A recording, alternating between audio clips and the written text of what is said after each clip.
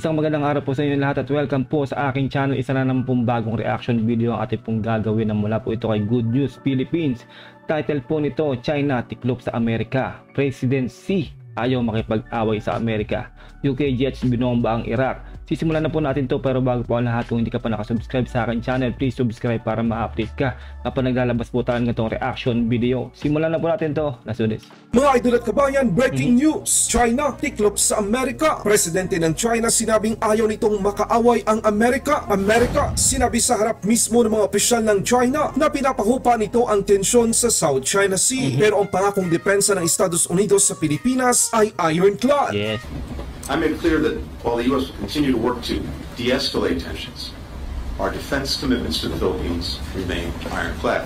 Department of National Defense Secretary Gibo Teodoro Jr. ang tapang talaga palaban sa China. Muling iginit ni Secretary of National Defense na walang kasunduan ang Marcos administration sa China sa UN show. Dagdag pa ng kalihim, hindi papasok sa anumang kasunduan ang kasalukuyang administrasyon sa China na magpapahina sa mga karapatan nito sa West Philippine Sea. United Kingdom ipinakita sa Iran na hindi lamang Amerika ang makakalaban nila. Naglunsad ang United Kingdom ng dalawang Euro Typhoon na armado ng mga laser-guided bomb upang wasakin ang mga target sa Iraq. Naglunsad din ng missile ang isang UK destroyer upang pabagsakin ang missile ng Houthi sa Red Sea. Israel, isa-isang tinutugis ang mga kalaban. Amerika at Pilipinas nagsagawa ng live fire exercise bilang bahagi ng Balikatan Exercise 2024.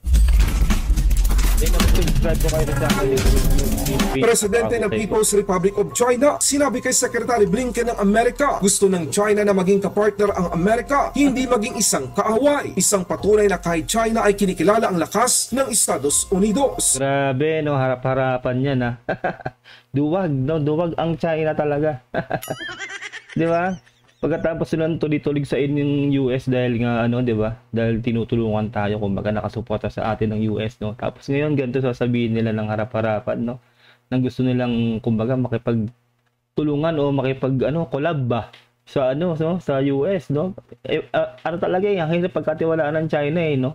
'Di ba pagdating sa balita nila, sinasabi nila na ayaw nila yung ginagawa ng US sa pagtulong sa Pilipinas. Tapos ngayon, ganito yung sinasabi nila. Takot din talaga ang China, no? Obviously. China is ready to be a partner and friend of the United States. Wala, kasi alam kasi talaga nila, no? Mismo si President Xi na nagsabi, no? Gusto niya maging partner, gusto maging friends with US. Alam kasi nila na may kalalagyan talaga sila sa US. Real talk yan, no? Ayaw rin talaga nila na makalaban ng US talaga. Siyempre, pinakamalakas po yan sa buong mundo, ang US talaga.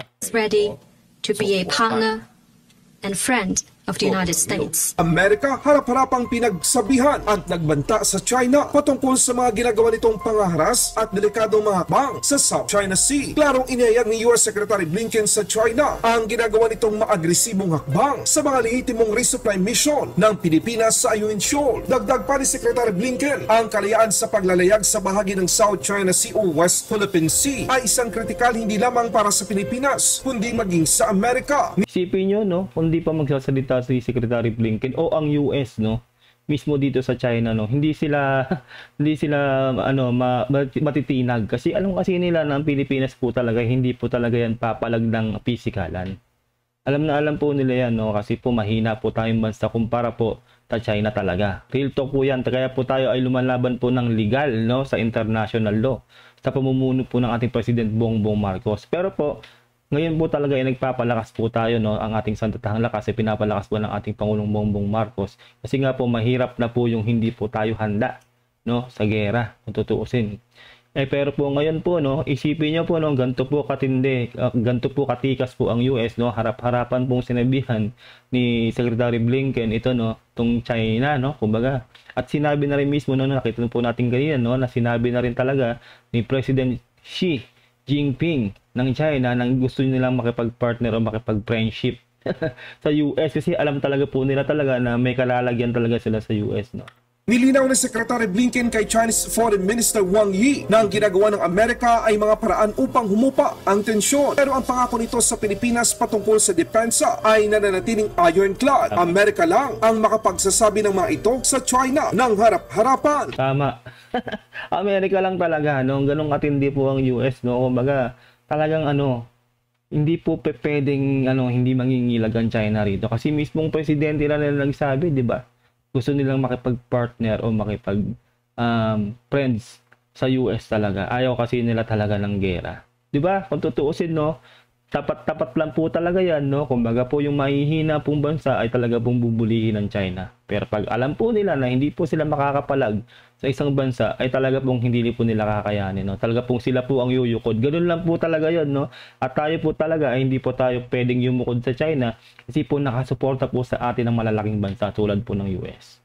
No, kahit po sabihin nila na tayo po ay dumidepende sa US, eh wala po tayong magagawa doon kasi po meron po tayong allied nation. Yun po ang tinatawag na yun, no? Meron po tayong mga kaalyadong bansa na nakasuporta po sa atin. Kaya ayaw po natin sa hindi, talaga po tayo ay susuportahan ng mga bansa na yan kasi po meron po allied nation, no. Kaalyado po natin ng mga bansang yan tulad ng Japan, Australia at kung ano-ano pa, lalong-lalo na po ang US. Ironclad, Amerika lang ang makapagsasabi ng mga ito sa China ng harap-harapan. In today's meetings, I discussed the PRC's dangerous actions in the South China Sea, including against routine Philippine maintenance operations, maritime operations near the second Thomas Shoal. Freedom of navigation and commerce in these waterways is not only critical to the Philippines, but to the U.S. and to every other nation in the Indo-Pacific, and indeed around the world. That's why so many nations have expressed concern about the PRC's maritime maneuvers. I made clear that while the U.S. will continue to work to de-escalate tensions, our defense commitments to the Philippines remain ironclad. Diba? Isipin nyo, no, sinasabi niya ni President Blinken, diba? Harap-harapan doon sa Chinese, na yon, ambassador na yon. Diba? Ironclad, kumbaga, ang suporta ng US sa atin talaga ay gano'n katindi po, no? Talaga pong pinangangatawanan po nila na wag po talagang may mamamatay po sa atin, no, sa part po natin, lalo sa ating mga PCG. Kasi po talaga, mabubroke na po yung contract na yun, eh. Kumbaga po, walang ano-ano po ay talaga pong susuguri po sila ng US tong China. Kaya po hindi po talaga pwede na gumawa po ng hakbang ang China na tayo po ay gerahin. Kasi po matatapos po talaga ang kahibangan po talaga ng China kapag po ginawa nila yan. Alam na alam po nila, no, na may kalalagyan po sila sa gagawin nilang hakbang na yan pag sila po ay nagsimula ng gera. Balitang Middle East naman tayo mga kabayan. United Kingdom umatake na rin sa Iraq kasunod ng mga pag-atake ng Iran-backed militia sa mga base militar ng Amerika sa gitnang silangan. Gumawa na rin ng hakbang ang United Kingdom upang ipakita nito sa Amerika ang suporta sa pagsupil sa mga proxy ng Iran na naghahasik ng kasamaan sa rehiyon. Ang United Kingdom Ministry of Defense ay naglabas ng isang video na nagpapakita ng isinagawang airstrike nito noong linggo laban sa isang target na multiple launch rocket system sa northern Iraq. Ito ang itinuturing na dahilan ng patuloy na pag-atake ng mga rockets sa US forces sa northeastern Syria. Gumamit ang UK Royal Air Force ng 2 Eurofighter Typhoon na naglunsad ng mga Playboy 4 laser-guided bombs. Aktual na video, panoorin! Grabe, ano, oh.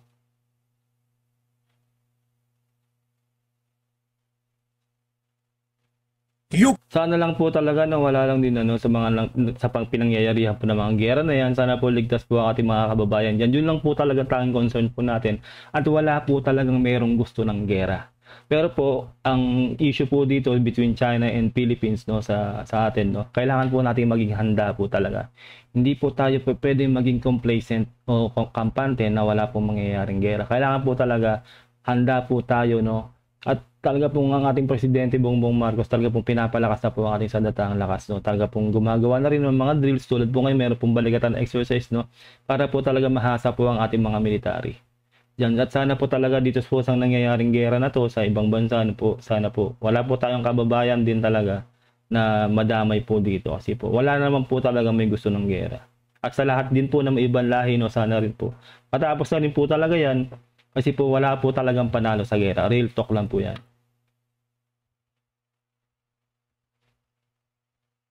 UK sunod-sunod na ipinakita ang kanilang lakas sa mundo. Royal Navy Destroyer, pinabagsak ang isang missile na inilunsad ng Houthi mula sa Yemen. Dinepensahan ng HMS Diamond ang isang merchant vessel sa Gulf of Aden noong Miyerkules gamit ang Sea Viper missile system upang sirain ang isang missile ng Houthi. Sinabi ng Ministry of Defense ng United Kingdom, ito ang kauna-unahang live missile na na-intercept ng Royal Navy warship sa isang combat simula pa noong Gulf War taong 1991.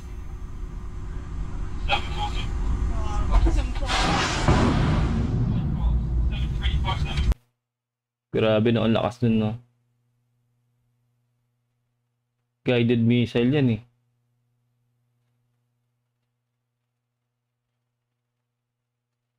Ayun na nga, na-intercept na.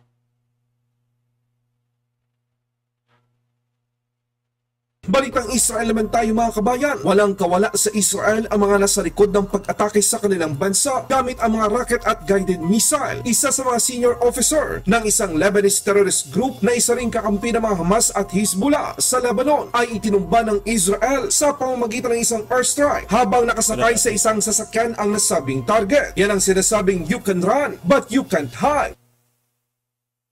Department of National Defense Secretary Gibo Teodoro Jr. muling binalasa ang China. Naglabas ng opisyal na pahayag ang Departamento ng Depensa ng Pilipinas ngayong araw na walang alam ang ahensya ng gobyerno sa anumang mga internal na kasunduan sa China, lalo na patungkol sa Ayungin Shoal. Simula ng umupong Pangulo si Bongbong Marcos Jr., dagdag pa ng Departamento ng Depensa ng Pilipinas, gumagawa lamang ng kwento ang China bilang bahagi ng kanilang propaganda. Hindi papasok ang kasalukuyang Marcos administration sa anumang kasunduan na magpapahina at makukompromiso ang soberanya at mga karapatan sa soberanya ng Pilipinas sa ilalim ng UNCLOS na pinagpatibay ng 2016 arbitral ruling. Ito yung mga leader na dapat po talaga natin suportahan, tulad po nito ni Secretary Teodoro, no, napakahusay po nito at may paninindigan po, no, ipinaglalaban po talaga ang ating bayan, no. At syempre po ang ating Pangulong Bongbong Marcos. Ganito po dapat yung mga sinusuportahan po natin mga leader.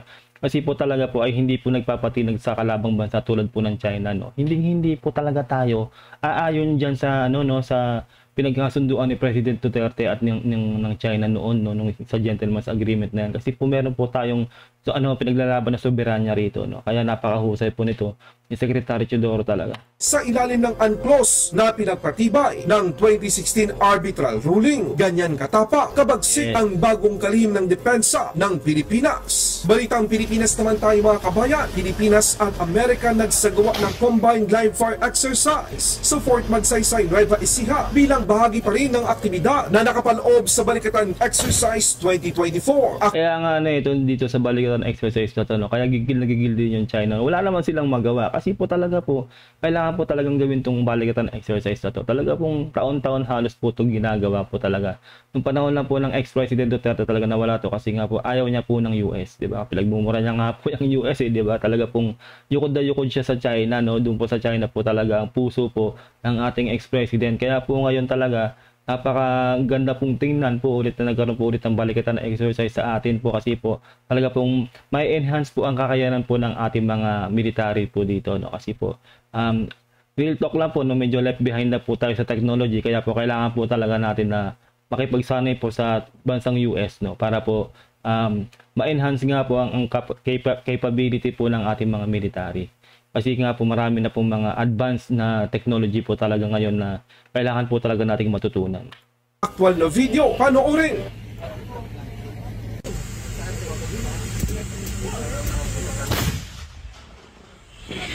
Ibang preparations na ginawa ng ating mga kasundaluhan at saka ating mga US counterparts.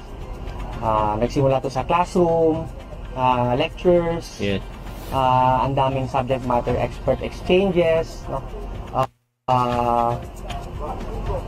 Maraming mga pagtatanong, palitan ng ideas, then after that dinevelop nila yung mga pwedeng maging scenario sa ground.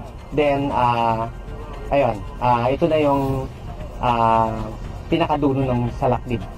Ngayon is ito yung interoperability na live fire exercise. Nakita natin ngayon na yung mga Filipino soldiers pala kayang gamitin yung mga new equipment ng ating mga American forces. Pinakita rin ng ating mga American forces na kaya rin lang gamitin yung ating mga gamit. Sabi na believe sila sa atin, marami silang natutunan sa atin, at yung atin namang mga sundalo nagsabi rin sa atin na marami rin silang natutunan sa ating mga US forces. Yan talaga kumbaga give and take yan. Kumbaga kahit na sabihin nating advance ang US, no, sa mga technology nila, marami rin talaga silang hindi pa alam. Lalo na sa combat po talaga sa gubat, no, yung mga ganun, no? Kasi po ating mga musang po talaga dyan po mahuhusay sa infiltration po talaga. Tested na po talaga ang ating mga military po pagdating dyan po, no? Dyan po tayo mahusay, no? Elite forces po, no? Kasama po tayo sa napakalulupit na elite forces sa buong mundo, ang ating mga musang, no? Kung napanood nyo na po yung aking reaction video, yung mga past video ko po, natakal na po natin yung about po dun sa ating mga musang po, no? Mahusay po talaga tayo. So, ito ay magpapatuloy hanggang sa matapos ang June. Meron pa kasing another part ng Salaknib, yung part 2. But then, before that part 2, start na nung balikatan. Sa in-between siya ng Salaknib 1 and Salaknib 2. So, kung itong Salaknib ay army-to-army exercises, yung balikatan naman ay joint exercises ng Air Force, Navy, at saka ng Army. Atin po nagawa ng reaction video po to. Huwag niyo po sanang kalilimutan na mag-subscribe sa akin channel para po ma-update po kayo kapag po naglalabas po tayo ng reaction video. Mag-iingat po kayo lahat. Until next time, God bless and peace out. Bye!